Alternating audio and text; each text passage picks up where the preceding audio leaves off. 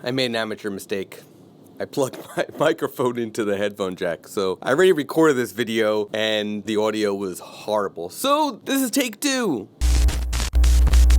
Hey, this is Scott Weidenkivowitz, a storyteller with a camera, talking about all the things photographers like you and I are thinking about. And in this video, we're going to be talking about a zoom lens versus a prime lens and what is better for you. Before we dive into that, I just want to say thank you to Mac Worldwide Warranty. I partner with Mac Worldwide Warranty on all of my videos, and I get a Mac Worldwide Warranty on all of my equipment, from my camera to my lenses, and much more. Next time you get a new or used lens, check out the Mac Worldwide Warranty, available at camera stores around the world. So here's the thing. There is an ongoing debate in the photography industry for many, forever years, really, that there is, well, not forever, because zoom lenses are still new compared to really in the beginning of photography times. Back in the days, there was only prime lenses, but more recently, in the past, 30, 40, 50 years, there have been zoom lenses where you can actually go like this and turn your lenses. You are probably used to it because basically every camera comes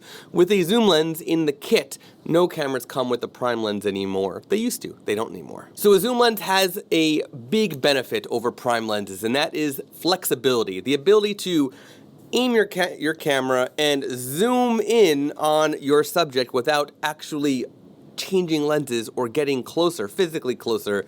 You can just turn a twist knob dial thing here and collar. You can turn the collar and zoom in on your subject. Now, there are some downsides to this. One, you are typically stuck with an aperture that is a bit higher than you might want. This one in particular, the 24-120 lens, is an f4. Now, of course, Nikon does make a 24-70 f2.8, but it's still 2.8. Typically with a zoom lens, you are stuck with a very small aperture. So, for example, in this one, the 24-120 from Nikon, it is an f4 lens. Now, Nikon does make a 24-70 2.8 lens, just like most other brands do, but this one is smaller and lighter because it has a smaller aperture of f4. The 2.8 lens is actually much larger, much heavier. I used to have it, I don't have it anymore because I wanted to save some weight, and I rarely use that lens at 2.8. So while you do have the versatility with a zoom lens, the flexibility with a zoom lens, you do miss out on the aperture capabilities, the low light capabilities that you might have otherwise. Typically, zoom lenses are also not as sharp as a prime lens because there's more optics involved and there's more moving parts, obviously. There's more moving parts. And by the way, this lens isn't so bad with it, but a lot of zoom lenses have lens creep, where if you open your lens, it'll start going like this.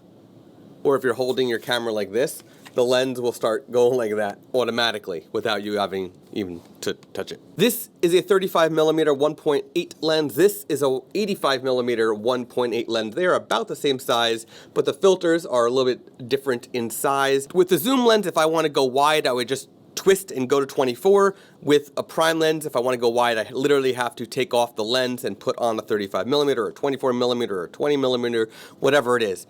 Or if I want to zoom in or get closer, I need to then switch to the longer 85, 105, 135, whatever lens you want. And of course, if you want to go longer, you have to literally move your body. You have to move your feet, your body, in order to get in closer. But there is an advantage. Better optics, less there's a little bit of moving parts because of the focus, but minimal moving parts, better optics means sharper images. And with the wide open 1.8 aperture, it could be a pretty dark situation and you can still get some light through that lens. Now, you wouldn't necessarily want to always photograph at 1.8. If you want to learn more about the lens sweet spot and how to determine your sweet spot, click on that card right above and watch my video on the lens sweet spot. Now, the way that I work is I typically leave the zoom lens on my camera when the camera is not in use. I also use the zoom lens whenever I'm doing some of my own family things, like a daily camera, just for flexibility purposes. But I rarely use a zoom lens for professional work. I also use a zoom lens on my Nikon Z6, the 24-70 f4 lens that comes with the Nikon Z6.